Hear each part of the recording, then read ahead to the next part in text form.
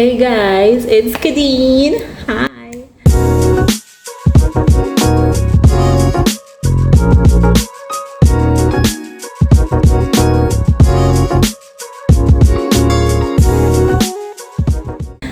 Welcome back to the channel. I really don't know. Today's Wednesday, January 29th. So we have Thursday, Friday, Saturday, 3 more days into the you know 3 more days into my 21-day fasting, and as promised, I'm gonna just give you like updates each day. But this week, as I said, was or is testimony week, so I wanted to share some of the things that have been happening, and I am amazed. So one of the things that I have been praying for is the first thing I've been praying for is having a closer walk with God. I want to be sold out for Christ. I want to be I want people to feel Christ through me when they experience me. And I realized that in wanting that, there is a lot of stuff that not only do you have to let go, but there are things that God is going to bring to your attention that you think said that, in the past. He's going to bring a lot of things to your attention so that you can work through those things and become the best version of yourself, the best Christian possible. It all, everything about it. It's not just, oh, my, get up on myself, start walk with God. There are going to be things that He's going to bring to your attention and go like, all right, this needs to be addressed, and see how you can move forward. And also, when He brings these things to your attention, how you address it will be able to show you, if the work is being done. All right. So, needless to say, I a few years ago, I think I had posted about a friendship breakup, and so I said last week I was going about my business, and this person has just been heavy on my heart, and I'm like, and this is not the first time, it's not the first time, I've had these thoughts about this person, like, I wonder if they're okay. Not necessarily thinking about what happened, because at the time I did not know what happened. Not recognizing, just to say, I wonder if they're alright. Just pop up in my mind. So I said, you know what? I'm gonna reach out. So I did that. I reached out, and it was welcomed. When I reached out, the message was welcomed, and I feel like, all right. So there has been, years past, yes, but there has been some change on their end, I'm sure, which is why they respond in a positive manner. And then the person was like, if you're open to having a conversation, or if you're open to hear where I'm coming from, then if you're open to it, if you're in the space for it, I wouldn't mind giving you some information, some insight, some whatever. So, because I'm sure it has been confusing for you. So I was like, okay, sure. I'm open to having a conversation, because at this point, I'm like, I want to know the role that I played in this, so that I can work on myself. This is something that I need to work on. And eventually it got around to, us having a conversation, or some sort of a conversation. And a lot of things were brought to my attention that I used to do that I probably wasn't aware of at the time, or thought it was anything that would cause, someone to feel as though they're better off without me. But we had a conversation, and at first I was like, when I have heart palpitations, because nobody like hear certain things about themselves, right? So I was having heart palpitations, and then I was like, this is not about me. This is about how I made somebody feel in a particular moment. And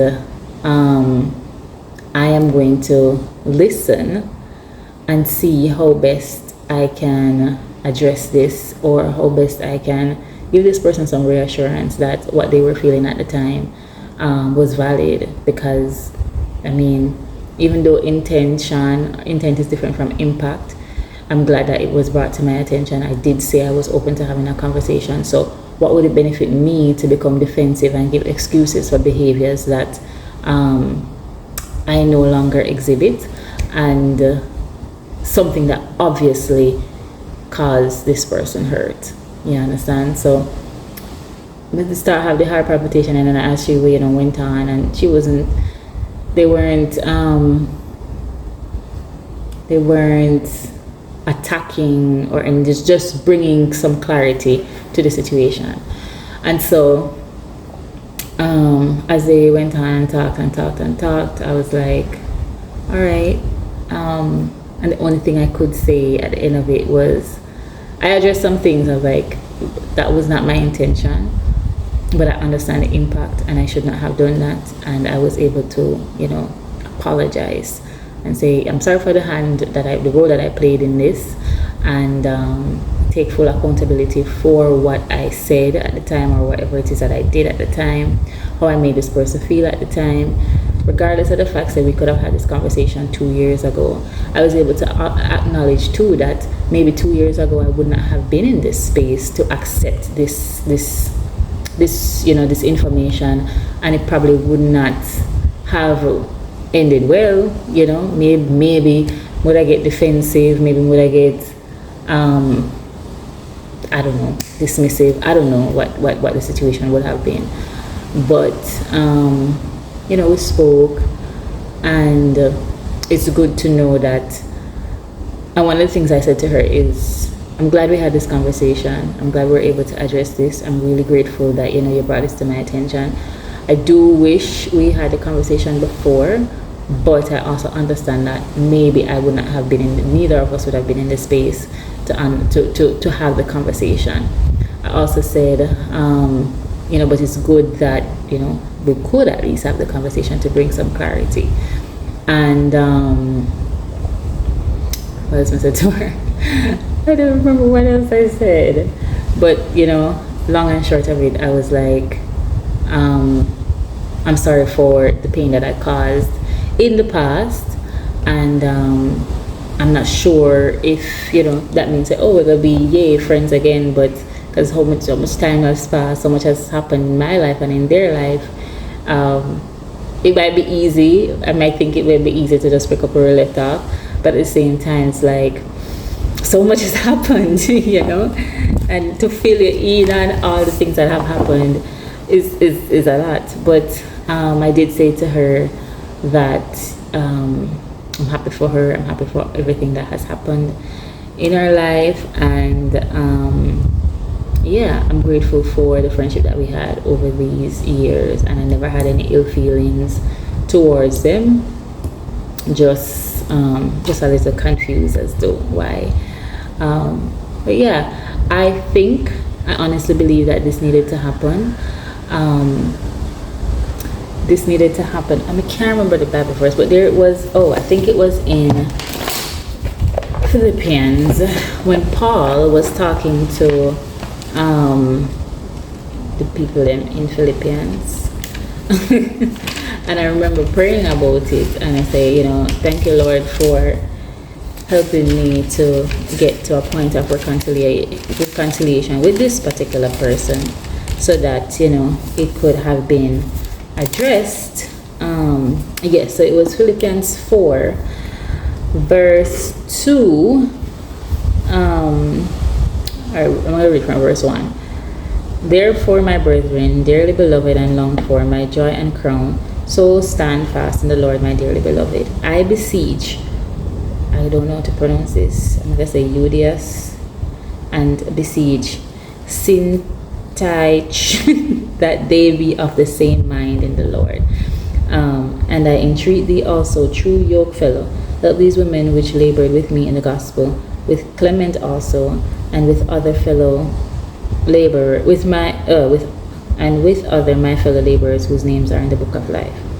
Rejoice in the Lord always, and again I say rejoice. And I think this was speaking about reconciliation, about, you are like-minded, you are, we have friendship for however long, and it will bring the Lord much glory and much happiness, if people can put certain things aside and find it within themselves to, reconcile with people who they have made, lifelong commitments to, but not only that, like somebody who you've had a relationship with or a friendship with, like, especially if it's not something where there was abuse or where there was abuse, whether physical, emotional, or verbal. If there's nothing like that, then I feel like, once you pray about it and you put it to God, this should be something that you can say, you know what, I'm going to put this behind me, because at the end of the day, what we had was way more, is worth more than, is worth more keeping than throwing away, so, so I feel like God used this as something, to help me to open my heart more to the possibilities, and just to be a space where, and I think, but I feel like He just used me in a way where it's like, just like the prodigal son, when he returned home, the father welcomed him back with open arms. You understand? That's the way that God wants us to forgive, and I think we talked about this already. That's the way He wants us to forgive, and that's the way He wants us to, reconcile. And I'm glad I had a conversation with my friend, and I'm sure that God uses this as an example to show me, because there are people, I'm sure, who have offended me. I have offended people, and what He's trying to show me is, when these people come back, I want to know that you also see, right? You also see how much forgiveness and how much love this person has for you, for something that you've done to them. They still have love for you. They don't have no ill feelings towards you. They never talk bad about you all these years, right? So when the people them who you caddy, oh no you, because me may offend her, but when the people them who have caused you hurt, and the people who have offended you, when they do return, will you be open? Because that are going to now test, that is now going to be the true test of if it is that I have changed, if it is that I have grown, if it is that I have, become that person that I have been praying to be. Are you going to now welcome them back with open arms? Are you going to be open to having that conversation if that is what they're requesting? Are you going to be open to anything, once it's not going to deter you or pull you away from, God? Are you open to having the conversation? Are you open to hearing them out? Are you open to offering forgiveness? Are you open to rebuilding or, reconciling? Are you open to that? So that's so I know that was probably an earful, but oftentimes we put ourselves on the high horse, thinking that this person offend me, and I'm not gonna let them back in my life, I'm not gonna this, I'm not gonna that. When we expect them to let us back in their lives, when we're the ones who've offended them, because we feel like, say, the hurt that we've caused is never as big or as great as the hurt that they cause us. Does that make sense? So I hope we learn to extend grace. I hope we learn to be forgiving. I hope that we learn to be merciful, and I hope that we learn to let God be God, let God be the ultimate judge, and just allow Him to safely remove who we want to remove, And we also need to remember that we're all God's children. So if somebody hurt you, that person is still God's child, and just like he can change me and you, he can change this other person as well. So some of the times we hold on to things that happened 4, 5, 6 years ago, and the person who hurt you 4, 5, 6 years ago is not the same person they are today, and you hold on to something. Oh, they went this and they went that to me 4, 5, 6 years ago, when they have grown and they have changed, because you too have changed and you too have grown. Are we going to hold on to bitterness and anger and resentment and wait this person out there to live their life? Are we going to hold on to that and allow ourselves to be held back in certain kind of ways?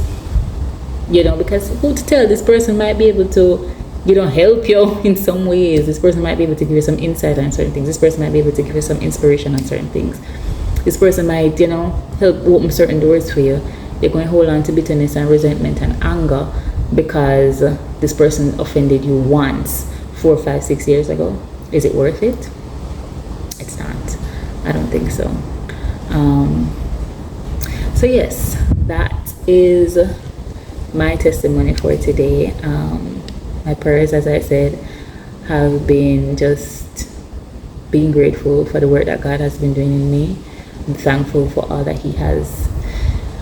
work that He has been doing in me, and I'm just grateful.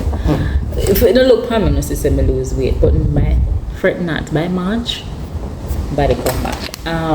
One of the other things something else that I did last night was to write down who it is that I want to be. So my ideal self, the new me, and I wrote down like 11 things that I wanted to be, to get to the goal, to help me get to the goal that I am praying for, which is be a better person, be a better Christian, exercise daily, just be the version of myself that I love the most.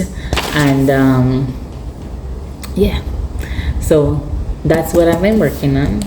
Last night I said I'm going to start February 1st, because then my fasting would be finished, and then I can do some of the things like enjoy a healthy meal.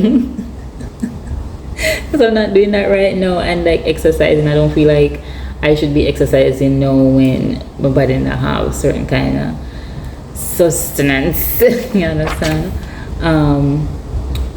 But yes, some of the things are right. Enjoys waking up early in the morning, because sometimes when I'm in mood, spend time with God and practice gratitude first thing in the morning. Exercise regularly to energize my body.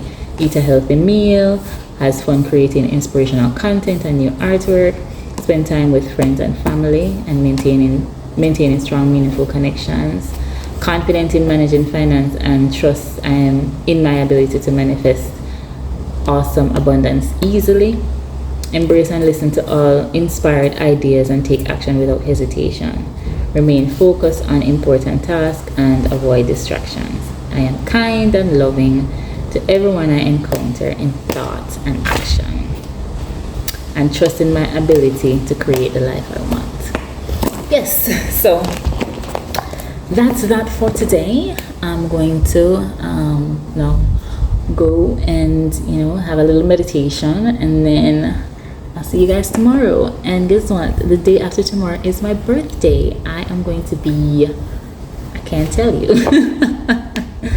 Anyway, guys, I hope you have a wonderful rest of the day. Rest of the evening, because I post this like 6 o'clock. I hope you have a wonderful rest of the evening. And I love you. Thank you for being here. Thank you for kicking it with me. And God bless you always.